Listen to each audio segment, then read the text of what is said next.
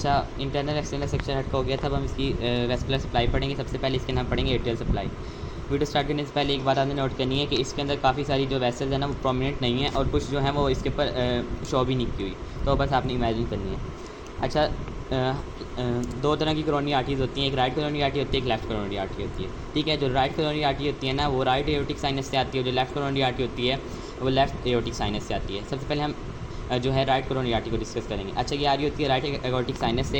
ये वाली जो आपको नज़र आ रही है ये हमारे पास है राइट कोरोनरी आर्टरी। ठीक है, राइट कोरोनरी आर्टरी की सबसे पहली ब्रांच जो होती है वो एस नोड पर जाती है, वो शो नहीं हो रही। ये अंदर हमारे पास एस नोड होता है, यहाँ पे एस नोड को ब्रांच देती है, वो होती है एस नोडल ब्रांच। ठीक है, ये जो एस नोडल ब्रांच है ये 60% केसेस में राइट कोरोनरी आर्टरी से आ रही होती है और 40% केस में लेफ्ट से आ रही होती है। ठीक है, तो सबसे पहली ब्रांच होगी एस नोडल। उसके बाद दूसरी ब्रांच यहाँ पे होती है राइट मार्जिनल ब्रांच। ठीक है, ये राइट मार्जिन है ना हार्ट का, तो राइट मार्जिनल ब्रांच होती है जो यहाँ पे शो नहीं की हुई। ठीक है, तीसरी जो ब्रांच, अब ये पीछे आ जाए तो तीसरी जो इसकी ब्रांच होती है वो होती है पोस्टीरियर इंटरवेंटिकुलर ब्रांच। ठीक है, यहाँ पे ये वाली जो रेड वाली नज़र आ रही है पोस्टीरियर इंटरवेंटिकुलर ब्रांच। अब ये जो पोस्टीरियर इंटरवेंटिकुलर ब्रांच है ये 67% केसेस में आ रही होती है राइट कोरोनरी आर्टरी से। ठीक है, और बाकी जो इसकी परसेंटेज है वो आगे डिस्कस करते हैं। 67% केसेस में आ रही होती है राइट कोरोनरी आर्टरी से। ठीक है, अब यहाँ पे जो ऊपर ये आपको नज़र आ रही होती है ये होती है राइट कोरोनरी आर्टरी की एवी नोडल ब्रांच। ठीक है, ये एवी नोड को सप्लाई करी होती है और ये 80% केसेस में राइट कोरोनरी आर्टरी से आ रही होती है और 20% केसेस में लेफ्ट से आ रही होती है। ठीक है, तो कौन कौन सी हो गई, एक एसी नोडल ब्रांच, एक मार्जिनल ब्रांच, एक होगी हमारे पास पोस्टीरियर इंटरवेंटिकुलर ब्रांच और चौथी होगी हमारे पास एवी नोडल ब्रांच। ठीक है, इसके अलावा एक पांचवी आपने याद रखनी है कि वो भी शो नहीं हो रही इसके अंदर कि कोरोनरी आर्टरी एक हमारे पास जो पल्मोनरी ट्रंक होते हैं उसकी गिर एक राउंड लेती है, एक वो पल्मोनरी ट्रंक की गिर इसकी ब्रांच होती है। ठीक है, अब ये पाँच चीज़ होगी। अब एक जो पोस्टीरियर इंटरवेंटिकुलर ब्रांच थी उसके अंदर एक चीज़ याद रखनी है कि पोस्टीरियर इंटरवेंटिकुलर ब्रांच जो है वो आगे ब्रांचेज देती है जिसको हम कहते हैं सेप्टल ब्रांचेस। वो सेप्टल ब्रांचेस क्या करती हैं, जो वो जो इंटरवेंटिकुलर सेप्टम होता है ना वो सेप्टल ब्रांचेस उसके पोस्टीरियर 1/3 को सप्लाई करती हैं। अब सपोज ये हमारे पास इंटरवेंटिकुलर सेप्टम है। ठीक है, अब ये वाला जो है इसका पोस्टीरियर 1/3 है। ठीक है, यहाँ तक, और ये वाला जो है इसका इंटीरियर 2/3 है। तो इसका जो पोस्टीरियर 1/3 है ना सारा एरिया ऊपर से नीचे तक, तो इसको सप्लाई करेगी septal branches of posterior interventricular artery. ठीक है, अब ये राइट कोरोनरी आर्टरी के बारे में हो गया।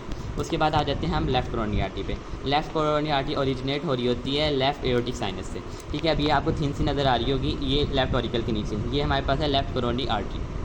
ठीक है, अब लेफ्ट कोरोनरी आर्टरी क्या करती है, सबसे पहले ये ब्रांच देती है, ये जो ये पीछे घूमती हुई नज़र आ रही है ना इसको हम कहते हैं circumflex branch of left coronary artery, ये सर्कमफ्लेक्स ब्रांच है।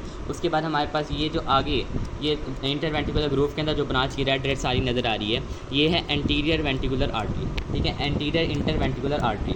ठीक है, एंटीरियर इंटरवेंटिकुलर आर्टरी क्या करती है, जैसे पोस्टीरियर इंटरवेंटिकुलर आर्टरी पोस्टीरियर 1/3 को सप्लाई करी थी ना सेप्टम की, ये जो इंटीरियर इंटरवेंटिकुलर आर्टरी है जो कि ब्रांच है लेफ्ट कोरोनरी आर्टरी की, ये एंटीरियर 2/3 बचा था ना उसको सप्लाई करती है। ठीक है, पोस्टीरियर 1/3 को किसने सप्लाई कर दिया, पोस्टीरियर इंटरवेंटिकुलर आर्टरी ने। जो इंटीरियर 2/3 बचा ना उसको हमने सप्लाई करना है इंटीरियर वेंटिकुलर आर्टरी ने, जो कि ब्रांच है लेफ्ट कोरोनरी आर्टरी की। ठीक है, हमने कौन कौन सी ब्रांचेस पढ़ी, anterior ventricular artery, interventricular artery, दूसरी सर्कमफ्लेक्स कोरोनरी आर्टरी, और तीसरी आप यहाँ पे आ जाती है, जैसे यहाँ पे राइट मार्जिन थी ना ऐसे यहाँ पे आती है लेफ्ट मार्जिनल आर्टरी। ठीक है, जो कि ब्रांच है लेफ्ट कोरोनरी आर्टरी की, तीन होगी। चौथी यहाँ पे आती है जो ये आपको दिख रही है, ज़्यादा प्रोमिनेंट नहीं है, ये जो रेड वाली है, ये इसको हम कहते हैं लेफ्ट लेटरल या लेफ्ट डायगनल आर्टरी। ठीक है, चार ब्रांचेज होगी, एंटीरियर इंटरवेंटिकुलर, सर्कमफ्लेक्स, मार्जिनल और लेफ्ट डायगनल या लेफ्ट लेटरल। उसके बाद अगर हम पीछे आ जाएँ तो पीछे अब आपने दो तीन चीज़ें बातें इमेजिन करनी है, सिर्फ याद रखनी है कि जो पीछे वाली साइड पे ये जो रेड वाली दिख रही है ना ये वाली एक तो होती है हमारे पास वेंटिकुलर ब्रांच। ठीक है, पोस्टीरियर वेंटिकुलर ब्रांच होती है, इंटरवेंटिकुलर नहीं है, ये posterior ventricular branch of left coronary artery, red वाली। ठीक है, दूसरी आपने दो बातें याद रखनी है कि जो पोस्टीरियर इंटरवेंटिकुलर आर्टरी थी ना उसका 67% आ रहा था राइट से, 15% आएगा जिसके अंदर शो नहीं है। 15% केसेस में ऐसे होता है कि जो इंटरवेंटिकुलर आर्टरी है ये आ रही होती है लेफ्ट कोरोनरी आर्टरी से। ठीक है, ये बात याद रखनी है।